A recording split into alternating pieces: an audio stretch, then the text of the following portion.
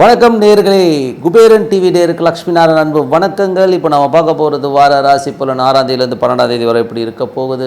எப்போதுமே ராசிக்கு பார்ப்பதை விட லக்னத்துக்கு பாருங்கள். உங்களது லக்னம் என்னவோ அந்த லக்னத்துடைய ராசி பலனை நீங்கள் பார்க்க ரொம்ப. இப்போ உதாரணத்துக்கு போது எனக்கு மகர லக்னம் விருச்சிக ராசினா நான் மகர ராசிக்குரிய பலன்களை பார்க்கறது ரொம்ப பர்ஃபெக்டாக இருக்கும். அதே நேரத்தில் உங்களது ஜாதகத்தில் என்ன திசை புத்தி அந்தரம் நடக்குதோ அதை நோட் பண்ணி வச்சுக்கோங்க. ஸோ அது நான் பலன் சொல்லும்போது இந்த திசை நடக்கும்போது இவங்களுக்கு இப்படி இருக்கும்னு சொல்லுவேன்.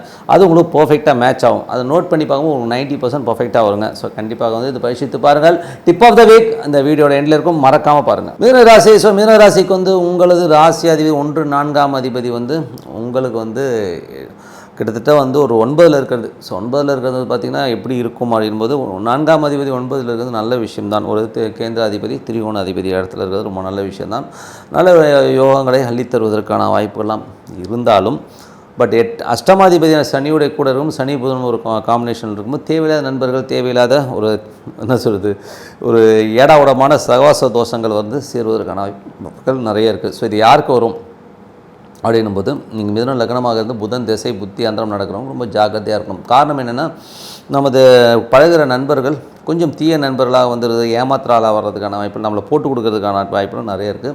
ஸோ இது மேஜராக புதன் திசை புத்தி அந்தரம் நடக்கிறவங்க, சனி திசை புத்தி அந்தரம் நடக்கிறவங்க ரொம்ப ரொம்ப கேர்ஃபுல்லாக இருக்க வேண்டிய ஒரு காலகட்டங்கள் தான்.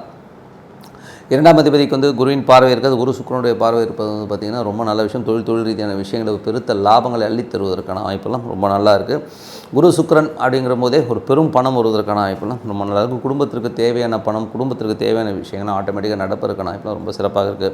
இது யாருக்கு நடக்கணும் போது நீங்கள் மிதுன லக்னமாக இருந்து குரு திசை புத்தி அந்தரங்கள் நடக்கிறவங்க, சுக்கிர திசை புத்தி அந்தரங்கள் ஒரு பெரும் பணம் வருவதற்கான வாய்ப்பெல்லாம் ரொம்ப நல்லா இருக்குது.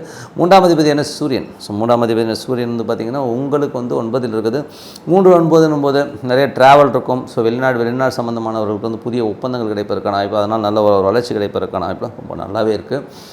சூரியன் உங்களுக்கு 9ல் இருக்கிறதுனால பார்த்திங்கன்னா நிறைய ட்ராவல், கவர்மெண்ட் டெண்டர் சம்மந்தமான விஷயங்கள்லாம் கூட ரொம்ப சிறப்பாக வருவதற்கான வாய்ப்பு ரொம்ப நல்லா இருக்குது.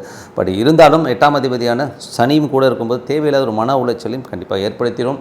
அதனால் கொஞ்சம் உஷாராக இருக்க வேண்டிய ஒரு காலகட்டம் தான். அது யாருக்குன்னும் போது சனி திசை புத்தி அந்தரம் நடக்கிறவங்க, அதாவது மிதுன லக்னமாக இருந்து சனி திசை புத்தி அந்தரம் நடக்கிறவங்க, சூரிய திசை புத்தி அந்தரம் கொஞ்சம் கேர்ஃபுல்லாகவும் இருக்குங்க. ஸோ லாபங்கள்லாம் இருக்குது, நல்ல மாற்றங்கள்லாம் இருக்குது. பட் இருந்தாலும் ஒரு சின்ன தலைவலி கண்டிப்பாக கூடவே தான் ட்ராவல் ஆகுதுங்கிறது தான் உண்மையான விஷயம்.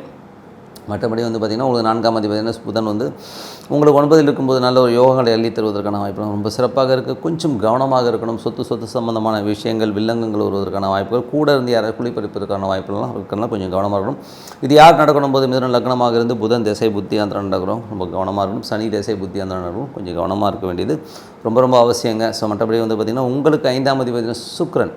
5ஆம் அதிபதி சுக்கிரன் 10ல் இருக்கும்போது தொழில் ரீதியான விஷயம் ரொம்ப கவனமாக இருக்க வேண்டிய ஒரு காலகட்டங்கள் தான். ஏன்னா 10க்கு 5 8 அப்படின்போது கொஞ்சம் தேவையில்லாத ஒரு நெகட்டிவிட்டியான விஷயங்கள், அதீதமான ஆசைகளை தூண்டி அதில் நம்மளை மாட்ட விடுறதுக்கான வாய்ப்புகளும் ரொம்ப கவனமாக இருக்கும். இது யாருக்கு நடக்கணும் போது மிதுன லக்னமாக இருந்து சுக்கிர திசை புத்தி அந்தரம் நடக்கிறோம் கொஞ்சம் கவனமாக இருக்க வேண்டிய ஒரு காலகட்டங்கள் தான். 6ஆம் அதிபதியான செவ்வாய் 11ல் இருக்கும்போது 12ல் இருக்கும்போது வேலை சம்மந்தமான விஷயம் நிறைய அலைச்சல்கள் இருக்கும். கடன் இங்கே வாங்கி இன்னொரு இடத்துக்கு செட்டில்மெண்ட் பண்ணுறது, இந்த மாதிரி விஷயம் நிறைய நடப்பதற்கான வாய்ப்புலாம் நிறையவே இருக்குது.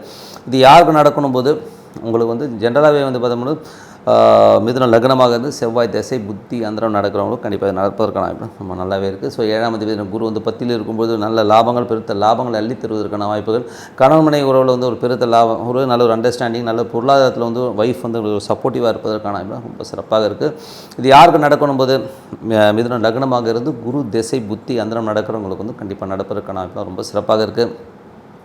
அஷ்டமாதிபதி சனி 9ல் இருக்கிறது பார்த்திங்கன்னா கொஞ்சம் கவனமாக இருக்கணும். 8ஆம் அதிபதி 9ல் இருக்கும்போது தந்தைக்கும் உங்களுக்கும் நிறைய கருத்து வேறுபாடு, வெளிநாட்டில் இருக்கவங்களுக்கும் கொஞ்சம் மேனேஜ்மெண்ட்டுக்கும் ஒரு சின்ன ஒரு மனஸ்தாபம் வருவதற்கான வாய்ப்புலாம் நிறைய இருக்குது. ஸோ தொழில் ரீதியான விஷயம் நல்ல லாபங்களே அளித்தரும். அதே டென்ஷன்றது யாருக்கு அதிகமாக இருக்கணும் போது மிதுன லக்னமாக இருந்து சனி திசை புத்தி அந்தரம் நடக்கிறவங்க ரொம்ப கவனமாக இருக்க வேண்டிய ஒரு காலகட்டங்கள் தான். மற்றபடி பார்த்திங்கன்னா லாபங்கள். ஸோ 11ல் ராகு, அதுவும் சுக்கிரனுடைய சாரத்தில் இருக்கும்பொழுது பெருத்த லாபங்களை அள்ளி தருவதற்கான வாய்ப்பெலாம் இருக்குது. அது யாருக்கு நடக்கணும்? மிதுன லக்னமாக இருந்து ராகு திசை புத்தி அதனால் நடக்கணும். வந்து தொழில் ரீதியான விஷயங்கள் ஒரு பெரிய சக்ஸஸ், பெரிய பணம் வருவதற்கான வாய்ப்புலாம் ரொம்ப சிறப்பாக இருக்குது. ஸோ நல்ல விஷயங்கள், நல்ல மாற்றங்கள்லாம் ஏற்படணும்னா அமைதியாக உட்காந்து ஒரு இடத்த மெடிடேட் பண்ணுறது ரொம்ப ரொம்ப அவசியங்க. ஸோ இறைவன் நம்மளோட வரணும். ஸோ அது உங்களோட என்ன தெய்வமானா இருக்கலாம். ஸோ அதை வந்து ஒரு 10 நிமிஷம் அமைதியான ஒரு சூழ்நிலையில் உட்காந்து மெடிடேட் பண்ணுங்கள். சிறப்பான வாழ்க்கை, நல்ல ஒரு விஷயங்கள் நடப்பதற்கான இப்போ ரொம்ப சிறப்பாக இருக்குன்னு சொல்லிட்டு tip of the week. So tip of the வீக்கில் வந்து நம்ம என்ன பார்க்க போகிறோம்? ஸோ இதில் வந்து நிறைய பேர் வந்து கேட்குற சந்தேகங்களில் வந்து முக்கியமான சந்தேகம், நம்ம சாமிக்கு வந்து படைக்கிறோம் ஓகேங்களா, விநாயகர் சதுர்த்தி அன்றைக்கி கொழுக்கட்டை படைக்கிறோம், தீபாவளி அன்றைக்கி பலகாரங்கள்லாம் செஞ்சு சாமிக்கு படைக்கிறோம், சாமி சாப்பிடுவாரா அப்படிங்கிற விஷயத்தை தான் வந்து எல்லாருமே கேட்குறோம். ஸோ இதுக்கு வந்து என்ன பதில் அப்படின்னு எனக்கு வந்து ஒரு ஆச்சரியமாக இருந்தது. எதுக்கு தேவையில்லாமல் படைக்கணும்? நம்மளே சமைச்சு சாப்பிட வேண்டியது, சாமிக்கு படைக்கிறனால என்ன கிடைக்க போகுது அப்படிங்கிற ஒரு விஷயத்தை வந்து தான் இந்த டிப் ஆஃப் த வீக்கில் பார்க்க போகிறோம். அந்த மாதிரி படையல் வந்து பண்ணுறது வந்து இறைவன் ஏற்றுப்பாருன்னா கண்டிப்பாக ஏற்றுக்கிறாருங்க. அது எப்படி ஏற்றுப்பாருங்கிறது தான் விஷயமே. அது வந்து நிறைய பேர் தெரியாது ஓகேங்களா. இதுக்கு வந்து காஞ்சி பெரியவர், ஏன்னா நான் சொல்கிறத விட காஞ்சி பெரியவர் வந்து என்ன சொன்னார் அப்படிங்கிற விஷயத்தை சொல்கிறேன். ஸோ ஒருத்தர் வந்து பெரியவர்கிட்ட வந்து கேட்டிருக்காங்க, காஞ்சி பெரியவர்கிட்ட, ஸோ பெரியவா இந்த மாதிரி சாமிக்கு நெய்வேத்தியம் பண்ணுறோமே எதுக்கு பண்ணுறோம்? அது சாமியாக சாப்பிடுவது கடைசியில் நம்ம தானே சாப்பிட்றோம், அது எதுக்கு நம்ம செஞ்சு இதெல்லாம் பண்ணிகிட்ருக்கணும் அப்படின்னு சொன்னாராம். ஸோ அதுக்கு அவர் சொன்ன பதில் என்னென்னா, ஒரு புக்கு இருக்குது ஓகேங்களா, புக்கை படிச்சிட்டிங்களான்னு. அந்த புக்கை படிச்சிருக்கேன். சரி ஓகே, அந்த புக்கில் இருக்க எழுத்துக்கள்லாம் காணாமல் போச்சான்னு கேட்டாராம். பாருங்கள், அந்த புக்கில் இருக்க எழுத்துக்கள் வந்து அங்கேயே தான் இருக்கும், ஆனால் வந்து அந்த விஷயங்கள் வந்து மனசுக்கு ட்ரான்ஸ்ஃபர் ஆகுது இல்லையா. ஸோ அந்த மாதிரி தான் பிரசாதங்கிறது வந்து இறைவன் வந்து மனதார எடுத்துப்பார், அவர் சாப்பிடணுன்னு அவசியம் கிடையாது. அது வந்து ஆசீர்வதிக்கப்பட்ட ஒரு உணவாக மாறிடுங்கிறது தான் உண்மையான விஷயம். நீங்கள் வேணால் பாருங்கள், இந்த பிரசாதம் வந்து படைக்கப்பட்டதுக்கு அப்புறம் சாப்பிடும்போது அதில் ஒரு வைப்ரேஷன் கண்டிப்பாக இருக்குங்க. ஸோ அது வந்து இனிமேல் நீங்கள் போய் ஒரு பிரசாதம் கோயிலில் வந்து நீங்கள் கொடுக்கும்போது, அதுவும் நான் என்ன சொல்கிறேன்னா, பிரசாதம் நல்லா படைச்சு கொண்டாட, நீங்கள் வந்து கேன்டீனில் கொடுக்குறத வச்சுட்டு ஐயோ இது என்னங்க ஒன்றும் வைப்ரேஷன் இல்லைன்னு சொல்லக்கூடாது. கோயிலில் உட்காந்து சாப்பிட்றதே ஒரு சந்தோஷம் தான். ஏன்னா வந்து இறைவனுடைய பேரருள் பேராற்றல் நிறைஞ்சிருக்கிற ஒரு கோயிலில் அந்த ஒரு பிரசாதத்தை வந்து மனசார இறைவனை வந்து நீங்களே படைச்சதாக நினச்சிக்கிட்டு உட்காந்து சாப்பிட்டு பாருங்கள், அதோடய வைப்ரேஷன் வந்து வேறு லெவலில் இருக்குங்க. அதே மாதிரி வந்து நிறைய பேர் இது எப்படி நடக்கும், இந்த மாதிரி டிரான்ஸ்ஃபர்மேஷன் எப்படி நடக்கும் போது இறைவன் முன்னாடி நிற்கும் போதே உங்களுக்கு அந்த டிரான்ஸ்ஃபர்மேஷன் நடக்க ஆரம்பிங்க. அதனால தான் சில கோயில்களில் பார்த்தீங்கன்னா டாப்லாம் கழட்டிட்டு சொல்லுவாங்க, ஒரு பனியன்லாம் கழட்டிடுங்க, கொஞ்சம் வெறும் உடம்பு. குருவாயூர் போகிற டெம்பிள்லாம் போகும்போது அந்த நீங்கள் அப்படியே போங்க அப்படின்போது அந்த ஒரு வேவ்ஸ் வந்து அந்த பார்வை இறைவனுடைய அந்த வைப்ரேஷன்ஸ் வந்து உடலில் வந்து வாங்குறது வந்து ரொம்ப பெரிய ப்ளஸ்ன்னு சொல்லுவாங்க. ஸோ அதுதான் உண்மை. அதுக்கப்புறம் இன்னொரு விஷயமும் சொல்லுவோம், இந்த மாதிரி டேட்டா ட்ரான்ஸ்ஃபருக்கு வந்து இன்னொரு உதாரணம் என்னென்னா மகாபாரதம். ஸோ மகாபாரதத்தில் வந்து பார்த்திங்கன்னா கீதை உபதேசம் பண்ணுற அந்த ஒரு சாப்டர், அந்த சாப்டர் பார்த்திங்கன்னா அவ்வளோ பெருசு இருக்கும். அவ்வளோ பெரிய சாப்டரை உட்காந்து ஒரு வாரம் நடக்கிற இடத்துல உட்காந்து பேசுகிறது சாத்தியமா? இதுக்கு வந்து பதில் யார் கொடுத்தா நான் சொல்லலை, உயர் திரு சுகி சிவம் அவர்கள். அவர் வந்து சொல்லியிருக்க விஷயம் ரொம்ப பர்ஃபெக்டாக இருக்குது. அவர் என்ன சொல்கிறாருன்னா, சார் அவன் வேலு அம்பெல்லாம் வச்சுக்கிட்டு உட்காந்துருக்கான், எல்லாம் அடிக்கிறது ரெடியாக இருக்கான்னு ஒரு வார் மூடில் இருக்காங்க. அப்போ வந்து இவர் வந்து இல்லை தத்தாசிய இப்படிலாம் இருக்கக்கூடாது, அப்படிலாம் இருக்கக்கூடாது, உலகம் இப்படி நீ வந்து இவரெல்லாம் வந்து எதிர்க்க இதெல்லாம் சொல்லிகிட்டு இருக்கிறவரை அவன் வெயிலில் வெட்ட வெளியில் உட்காந்துருப்பானா நிற்பானா? கிடையவே கிடையாது. அந்த மாதிரி நடக்காது. அது எப்படின்னா டேட்டா ட்ரான்ஸ்ஃபர் தான். மனசார இறைவன் நினைக்கிறான், இறைவா நான் இப்படி நிற்கிறேன், நான் என்ன பண்ணட்டும் போது இறைவன் அப்படியே அந்த க்ஷண நேரத்தை கொடுக்குறது தான் அந்த கீதோபதேசம். அது வந்து உடனே அர்ஜுனனுக்கு ட்ரான்ஸ்ஃபர் ஆகுது. ட்ரான்ஸ்ஃபர் ஆனால் மைண்டு கேட்குது, உடனே வார் ஸ்டார்ட் ஆகுது. இது வித்தின் ஃப்ராக்ஷன் ஆஃப் செகண்டில் வந்து ஒரு டேட்டா ட்ரான்ஸ்ஃபர் தான். இப்போ நம்ம ஒரு டேட்டா வந்து அவ்வளோ பெரிய டேட்டா வந்து வித்தின் மினிட் நம்ம வந்து ஃபோனில் வந்து மாற்றிக்கிறோம், எல்லாமே பண்ணுறோம் இல்லையா. அதே மாதிரி ஒரு டேட்டா ட்ரான்ஸ்ஃபர் தான் அப்போ நடந்திருக்குங்கிறதா. ஸோ அதே மாதிரி தான் பிரசாதங்களும் இறைவனுக்கு நீங்கள் மனதார இறைவா நீ வந்து சாப்பிட்ட, நீ சாப்பிடு பாடுன்னு சொல்லிவிட்டு படைச்சிட்டு நீங்கள் சாப்பிட்டு பாருங்கள், அந்த பிரசாதத்துடைய டேஸ்ட்டே வேறு இருக்கும். நீங்கள் வேணால் எனக்கு தெரிஞ்ச இடத்துல வந்து ஒரு இடத்துல வந்து நான் ரொம்ப விரும்பி சாப்பிடுவேன் பிரசாதம்.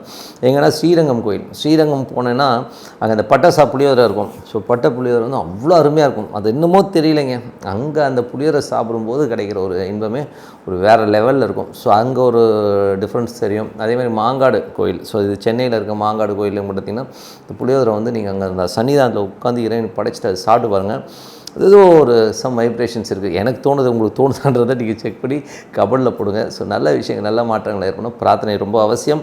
ஸோ அதனால் வந்து இறைவனுக்கு படைக்கிறதுலாம் வந்து தப்பு கிடையாதுங்க. அதில் நிறைய விஷயங்கள் இருக்குது ஓகேங்களா. அதை வந்து நீங்கள் அனுபவித்து பார்த்து நீங்கள் ஒவ்வொன்றத்தையும் வந்து உட்காந்து கிரகிக்க ஆரம்பிச்சிட்டிங்கன்னா உங்களுக்கு வந்து ஆட்டோமேட்டிக்காக எல்லாமே தெரிய ஆரம்பிக்கும். ஸோ அடுத்த வாரம் சந்திப்போம். நன்றி, வணக்கம்.